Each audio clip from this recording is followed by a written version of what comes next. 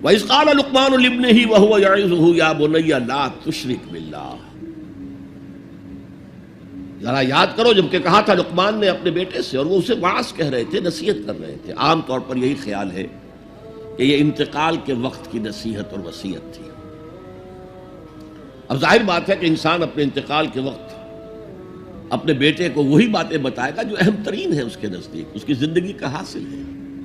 دولت مند شخص اپنے دولت کا حساب بتائے گا، کہاں کہاں کس کس شکل میں ہے۔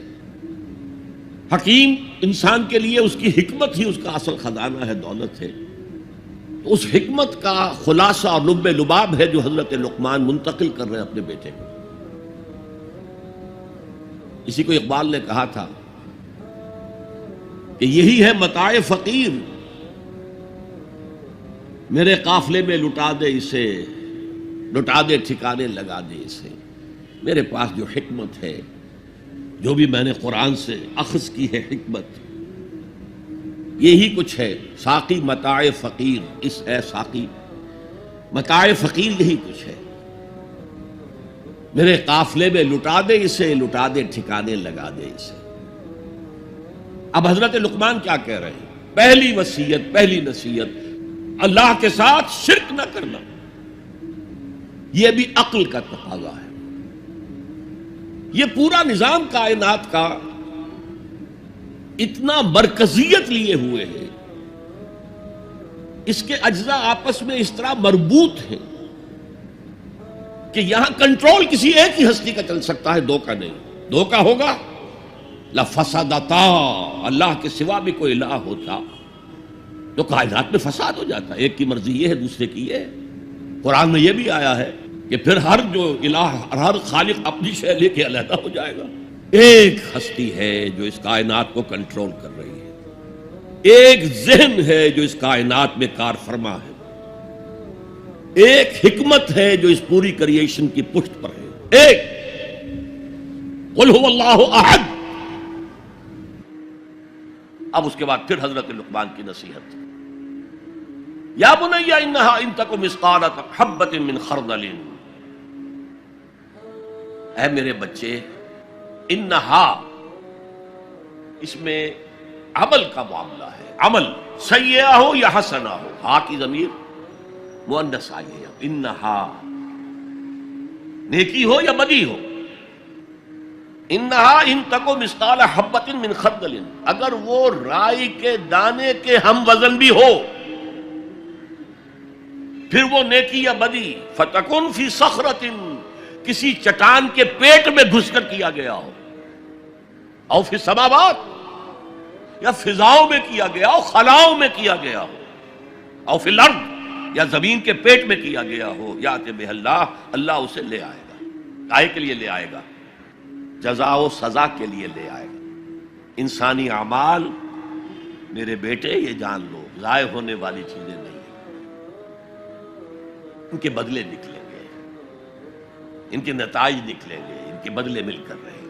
چھوٹی سی چھوٹی چیز بھی، رائی کے دانے کے ہم وزن بھی ہو، مثقال ثقل سے بنا ہے، ثقل کہتے ہیں بوجھ کو، تو اگر وہ رائی کے دانے کے ہم وزن بھی ہوگا تو کہیں نہیں چھپے گا۔ اسی لیے آیا نا، فَمَنْ يَعْمَلْ مِثْقَالَ ذَرَّةٍ خَيْرًا يَرَهُ وَمَنْ يَعْمَلْ مِثْقَالَ ذَرَّةٍ شَرًّا يَرَهُ۔ کسی نے اگر ذرے کے ہم وزن نیکی کی ہوگی وہ بھی اپنے سامنے پائے گا، اور ذرے کے ہم وزن کوئی بدی کی ہوگی وہ بھی سامنے پائے گا۔ ان اللہ لطیف خبیر، یقیناً اللہ تعالی لطیف ہے، باریک بین ہے، اور خبیر ہے، باخبر ہے، ہر شے سے باخبر ہے۔ لا یخفی علیہ شیء فی الارض ولا فی السماء، کوئی شے اس پر مخفی نہیں ہے، نہ زمین کی نہ آسمانوں کی۔ تیسری نصیحت، یا بنی اقم الصلاۃ وامر بالمعروف وانہی عن المنکر واصبر علی ما اصابک، اے میرے بچے نماز قائم رکھ۔ اب نماز سے مراد کون سی نماز ہے؟ آپ اس سے اپنی نماز نہ سمجھیے۔ ہم سے پہلے بنی اسرائیل کے اندر کچھ اور نماز کی شکل تھی، ہمیں کچھ اور نماز کی شکل دی گئی ہے، ہمیں نماز کے اوقات اور دیے گئے، ان کے کچھ اور تھے۔ لیکن کیا شے مشترک؟ اللہ کے ساتھ ایک لا لگانے کی شکل، اللہ کے ساتھ تجدید عہد کرتے رہنا، اللہ تعالیٰ کے ساتھ ایک تعلق قلبی اور ایک ربط ذہنی برقرار رکھنے کا کوئی نظام ہونا چاہیے۔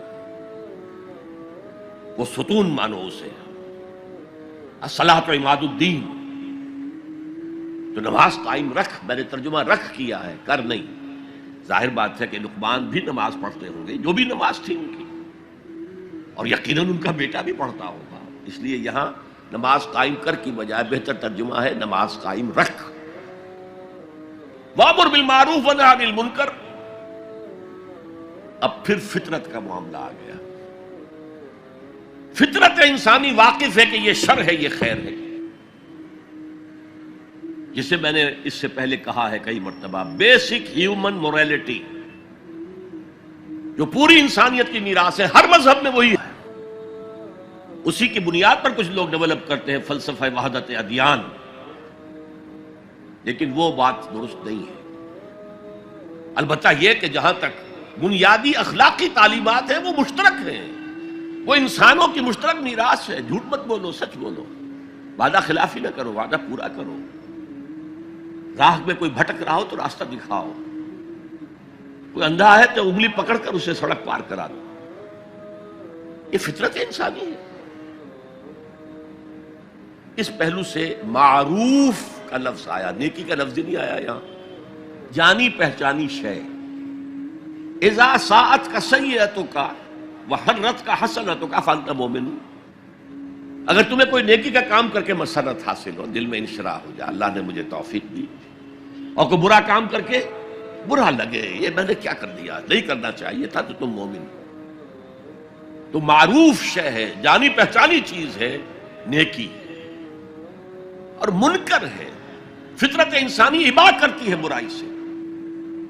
یہ علیحدہ بات ہے کہ انسان جو ہے اپنی فطرت کے خلاف چلتا ہے، اپنے مفادات کو دیکھتا ہے، دنیا پرستی میں غرق ہو گیا ہے کہ اندر سے اس کا ضمیر کانشنس اسے ملامت کرتا ہے، تم غلط کام کر رہے ہو۔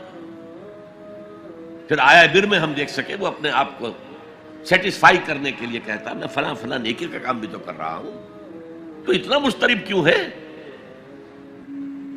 یہ سارا معاملہ معروف منکر، یا بنی اقم الصلاۃ وامر بالمعروف وانہی عن المنکر، اے میرے بچے نماز قائم رکھیو۔ انتقال کے وقت کی یہ وصیت ہے، اور نیکی کا حکم دیتا رہیے، معروف شے کا پرچار کریو۔ یہ وہی مضمون آ گیا سورۃ العصر کا، والعصر ان الانسان لفی خسر الا الذین آمنوا وعملوا الصالحات وتواصوا بالحق وتواصوا بالصبر۔ یا بنی اقم الصلاۃ، یہ عمل صالح، شرک سے بچ گئے، یہ ایمان ہے، توحید ہے۔ وامر بالمعروف ونہی عن المنکر، حکم دے نیکی کا، بھلائی کا، معروف کا، اور روک منع کر منکر سے، جس سے ابا کرتی ہے انسان کی فطرت، جس میں وہ جانتی ہے کہ یہ کام اچھا نہیں ہے۔ وَاصْبِرْ عَلَىٰ مَا أَصَابَكَ، وہ صبر بھی آ گیا، وَتَوَاصَوْا بِالصَّبْرِ، اور پھر جو بیتے اس پر صبر کیجو، اس لیے کہ امر بالمعروف اور نہی عن المنکر بڑا کڑوا فعل ہے یہ، خاص طور پر نہی عن المنکر کسی کو اچھا نہیں لگتا، ریزنٹمنٹ ہوتی ہے۔ بچے بھی جیسا کہ میں عرض کر چکا ہوں، اگر آپ کہہ دیں بھئی یہاں مت کھیلو، یہ کھیلنے کی جگہ نہیں ہے، تو پھر اکثر و بیشتر اپنی عزت سلامت لے کر گھر جانا ممکن نہیں ہوگا۔ اور جو سب سے بڑا حق ہے، یہ زمین، یہ کائنات اللہ کی ہے، وہ اس کا حاکم ہے، اس کی حاکمیت قائم کرو۔ تو جو خدا بنے بیٹھے ہوں اپنی حاکمیت کا سکہ چلا رہے ہیں، وہ برداشت کریں گے؟